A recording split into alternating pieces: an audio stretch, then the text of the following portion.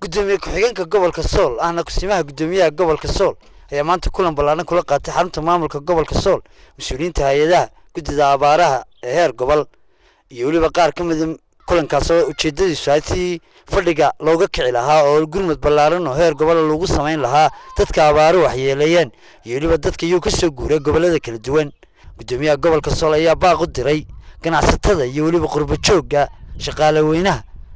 in laga bilaabo maanta ay xaaladda guud ee gobolka Sool ay tahay mid emergency ama degdega loona baahan yahay sida ugu dhaqsaha badan leh loo gaarsiiyo dadka abaaru waxyeeleeyeen waxaan baaq u dirayaa dhammaan ganacsatada dhammaan wasaaradaha heer gobol shaqaale weynaha gobolka Sool degmada Laascaanood madaxda ciidamada taliyayaasha ciidamada biliiska militariga asluubta in la bilaabi doono qaadaan ururin hay'adaha amniga in la bilaabi doono qaadaan ururin heer gobol oo lagu ururinayo guddiga abaaraha gobolka Sool oo cid walba oo maxaa la yiraahdaa ku deeqda maxaa la yiraahdaa ka qayb qaadata taakulaynta abaaraha ka qayb qaadata ayadoo magaceedii huwan ay ku wareejin doonaan guddiga abaaraha heer gobol annaguna aanu maxaa la yiraahdaa goobjoog ka nahay waxaan uga mahad celinaynaa guddiga maxaa la yiraahdaa ganacsatada nimanka la aaraareeda ee aan u dhalan gobolka ee bixiyay lacagta qaadhaanka ah ee ay ugu tabaruceen walaalahooda abaartu ee waxyeelaysay waxaanu leenahay lagu daydo ganacsatada ugu dayato qurbo joogto ha ku dayato dadka waxaystaa ha ku daydeen ha laga kaco fadhiga ha laga kaco maxaa la yiraahdaa dhammaan dadkii u dhashay gobolkan ha laga kaco fadhiga abaarta ha loo guntado isku mid ha loo noqdo biyo iyo baad iyo dawo intaba dadka u dhashay gobolkan iyo dadka ku soo guurayba way u baahan yihiin waa u mahadnaqayaa madaxweynaha jamhuuriyadda Somaliland sida hawlkarnimada leh sida daacadnimada leh sida mas'uuliyadda leh ee uu uga qayb qaadanayo 24 saacadoodba uu uga qayb qaadanayo waxa la yiraahdaa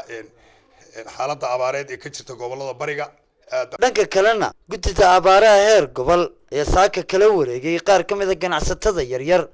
ee ka ganacsata magaalada Laascaanood lacag qaadaan oo ay ugu tala galeen inay kaga qayb qaataan taakulaynta abaaraha rabbil caalamiin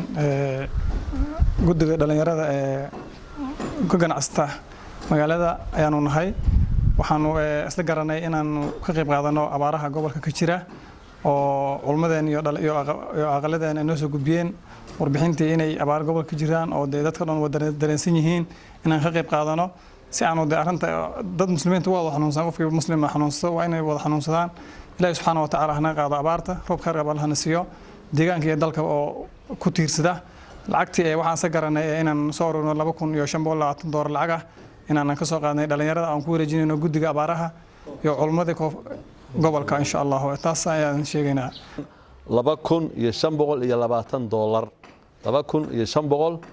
$2,520 annagoo uga mahad celinayna guddigaas iyo dadka walaalaha ah ee walaalahooda kale ay ku dhex nool yihiin ay ka dhex shaqaystaan u naxariistay inay xanuunka la qaybsadaan go'aansaday dhammaantood waan u ducaynaynaa waxaan Allaha barakeeyo meeshay xoolaha ka keeneen wax ka badan iyo ka baraka badan adduun iyo aakhiraba Ilaahay ugu bedelo subxaanahu wa ta'aala aad iyo aad baanan runtii aan ugu faraxsanahay waxaan dhiirigelin u tahay ganacsatada gobolka u dhalatay laftigoodu in ay ku daydaan dadka walaalahooda gurmadkii ugu muuqday hadda markay ganacsatada yaryar laga hadlayo ugu miisaanka badnaa noo soo hormariyay oo iyagu ugu horeeyay halkaas waxaan leenahay ku daydaan dibad iyo godaba waa in maaragtay gurmadka si fiican insha Allah loo laabaa ilaga aad baan mar labaad u mahad celinaynaa waana mahadsan yihiin assalamu alaykum wa barkad Umar Ahmed warbaahinta qaranka Jamhuuriyadda Somaliland Laascaanood